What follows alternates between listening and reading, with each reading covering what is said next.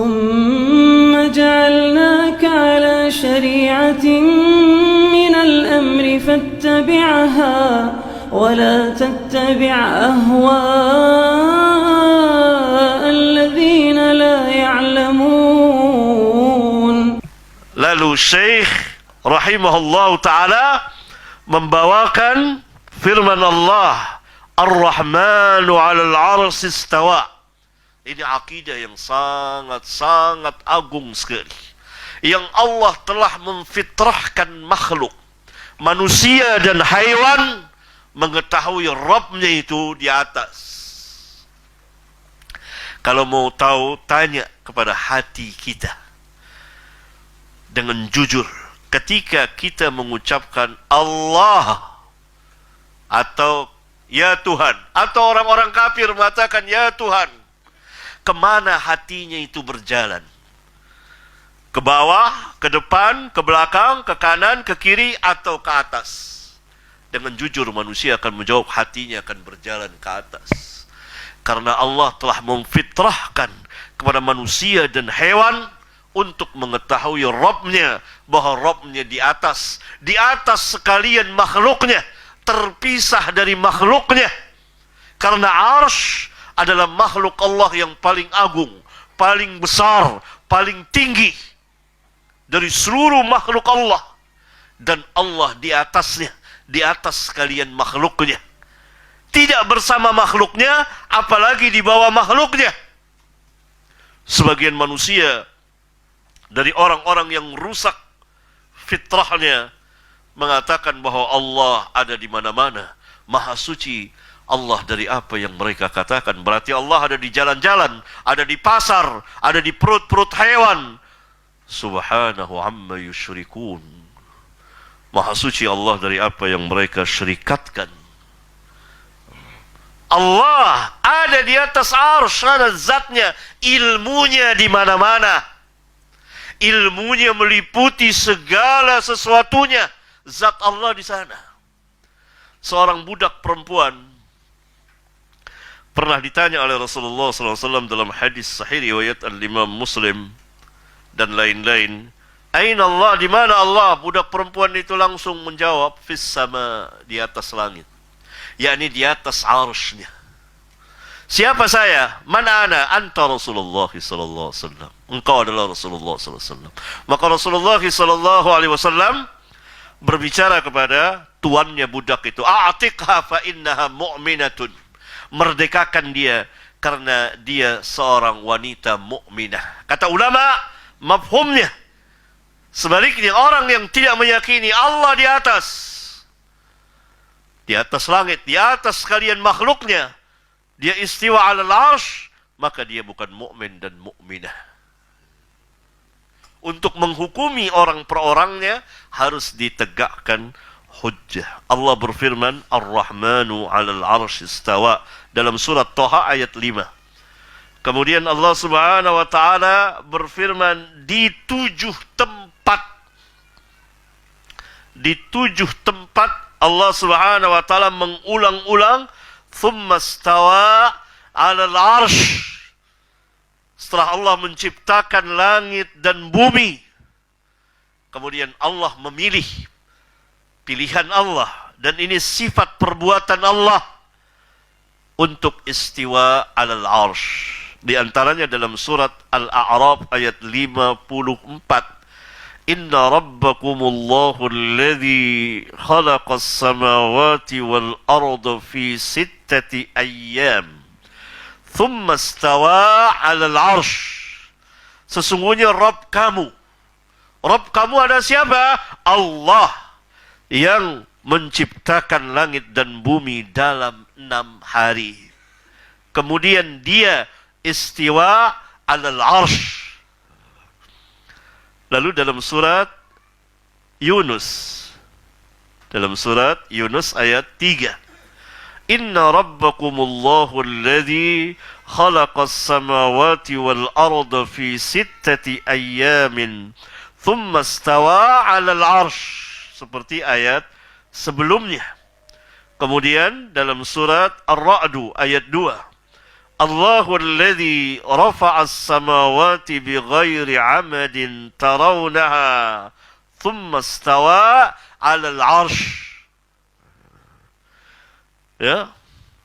Kemudian dalam surat Ar-Rahman tadi, dalam surat Taha tadi ayat 5, dalam surat Taha ayat 5, Ar-Rahmanu 'alal 'arsy istawa. Ya, itu yang ke-5. Kemudian dalam surat Al-Furqan yang ke-6, ya, ayat 59. Yang kelima surat Furqan. Thumma istawa 'alal 'arsy Ar-Rahman. Kemudian dalam surat Alif Lam Mim As-Sajdah, Allahu alladhi khalaqas samawati wal arda wa ma bainahuma fi sittati ayyam thumma istawa 'alal 'arsy. Kemudian terakhir dalam surat Al-Hadid ayat 4, huwa alladhi khalaqas samawati wal arda fi sittati ayyam thumma istawa 'alal 'arsy. Diulang-ulang, thumma istawa 'alal 'arsy, yang menunjukkan sifat ini secara hakiki. Allah istiwa 'alal 'arsy, bukan menguasai seperti dikatakan oleh ahli bid'ah dari Jahmiyah dan Mu'tazilah dan orang-orang yang mengikuti kerancuan dan bid'ah mereka, mengatakan Allah menguasai arsy. Kalau menguasai, Allah bukan hanya menguasai arsy, tapi menguasai seluruhnya, karena Allah adalah Rabbul Alamin, Rabbnya sekalian alam. Dikhususkan arsy menunjukkan bahwa Allah istiwa secara hakiki, karena Allah Subhanahu wa ta'ala mengulang-ulang firman-Nya ini di dalam Al-Quran sampai 7 kali di 7 tempat, yang menunjukkan bahwa salah satu sifat Allah Tabaraka wa ta'ala adalah al-istiwa alal arsy secara hakiki. Dan Allah disifatkan dengan al-ulu, di pihak yang tinggi sana. Ba'inun min khalqihi, terpisah dari makhluknya, tidak akan bersama dengan makhluknya atau di bawah makhluknya, tidak. Allah terpisah dari makhluknya. Karena itu Allah katakan Ar-Rahmanu 'alal 'arsy istawa.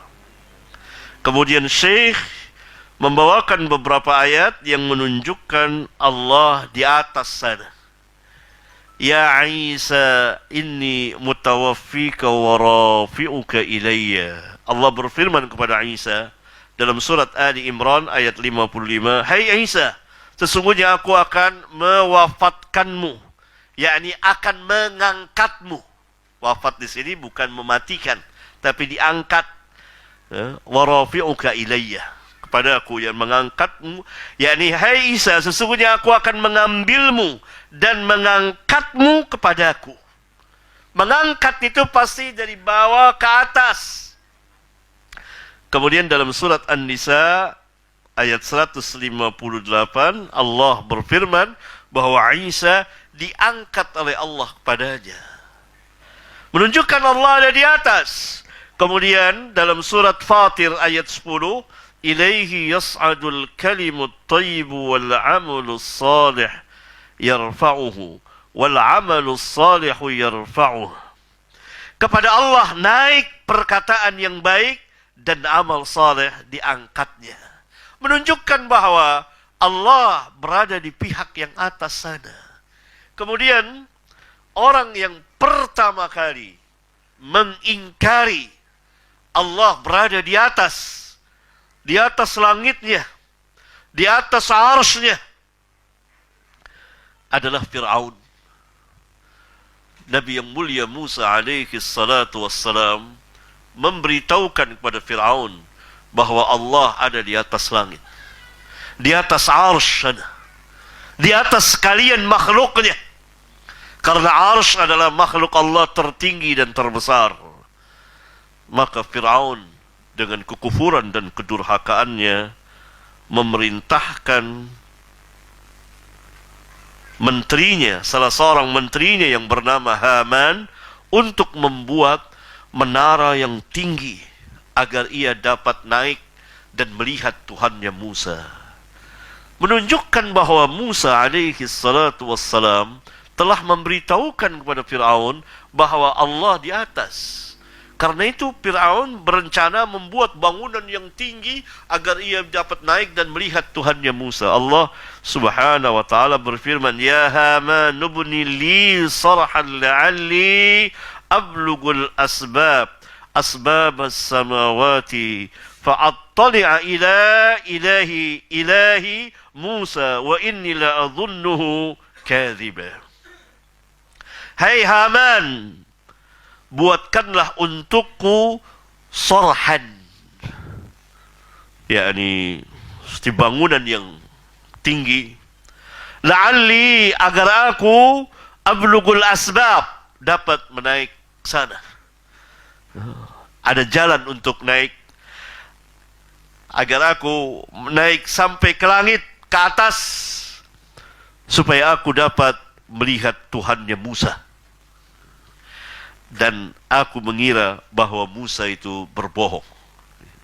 Fir'aun mendustakan Nabi Musa alaihi salatu wassalam yang telah memberitahukan kepadanya bahawa Allah di atas. Karena itu dengan sangat durhaka Fir'aun ingin merencanakan membuat bangunan yang tinggi untuk melihat Tuhannya Musa di sana. Dan kata ulama, bahkan para pembesar ulama mengatakan ini adalah ayat yang menjelaskan dan menjadi sebesar-besar hujjah bahawa Allah tabaraka wa ta'ala berada di atas zatnya. Zatnya itu di atas. Sebab kalau Nabi Musa memberitahukan Allah ada di mana-mana, pasti Fir'aun akan mencari Allah di rumah-rumah Bani Israel dan di jalan-jalan di kota Mesir. Tapi Nabi Musa alaihi salatu wassalam memberitahukan Allah ada di atas. Karena itu Fir'aun merencanakan membuat bangunan yang tinggi agar dia dapat naik ke atas untuk melihat Tuhannya Musa. Karena dia meyakini Musa ini bohong. Maka Fir'aunlah orang pertama atau yang termasuk dari orang-orang pertama yang telah rusak fitrahnya dan mendustakan Allah ada di atas. Siapa yang mendustakan Allah ada di atas langit, maka ia telah mengikuti sunnahnya Fir'aun. Allah subhanahu wa ta'ala berfirman dalam ayat dan surat yang lain, surat Al-Mulk ayat 16 dan 17, A'amintum man fis samai ay yakhsifa bikumul arda fa idza hiya tamur am amintum man fis samai ay yursila 'alaykum hasiba fasata'lamuna kaifa nadhir. Ini pun sebesar-besar ayat, sebesar-besar hujjah bahawa Allah berada di atas langit, di atas arsy. Apakah kamu merasa aman terhadap zat yang fis sama? Allah katakan. Huruf fi di sini maknanya ala. Karena seringkali dalam bahasa Arab huruf fi bermakna ala atau sebaliknya. Yang dimaksud fis sama adalah ala sama, berada di atas langit. Apakah kamu merasa aman terhadap Allah yang ada di atas langit? Yakni di atas langit maksudnya di pihak yang tinggi, di atas arsy. Dia akan menenggelamkan kamu ke bumi. Am amintum man fis sama, diulang lagi oleh Allah subhanahu wa ta'ala. Karena man di sini tidak bisa diterjemahkan dengan malaikat. Karena kita tidak diperintah untuk takut kepada malaikat. Kita diperintah untuk takut kepada Allah tabaraka wa ta'ala. Berarti huruf man di sini tidak bisa diterjemahkan lain kecuali Allah. Dan manusia tidak akan aman dari azab atau siksaan Allah. Allah mampu menenggelamkan mereka.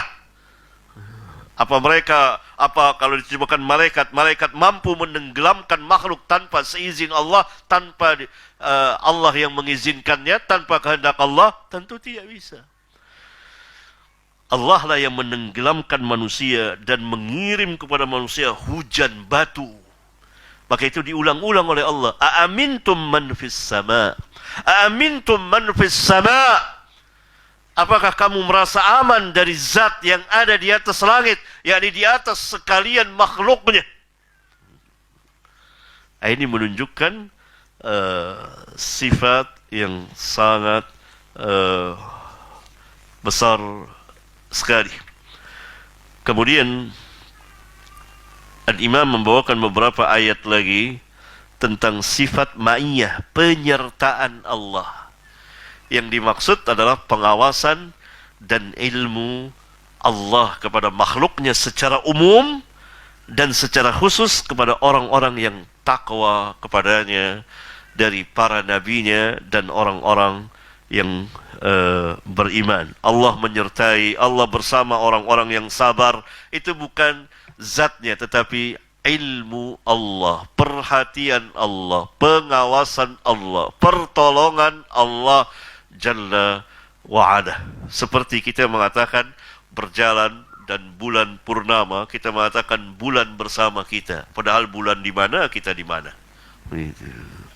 Tapi kita katakan bulan berjalan bersama kita.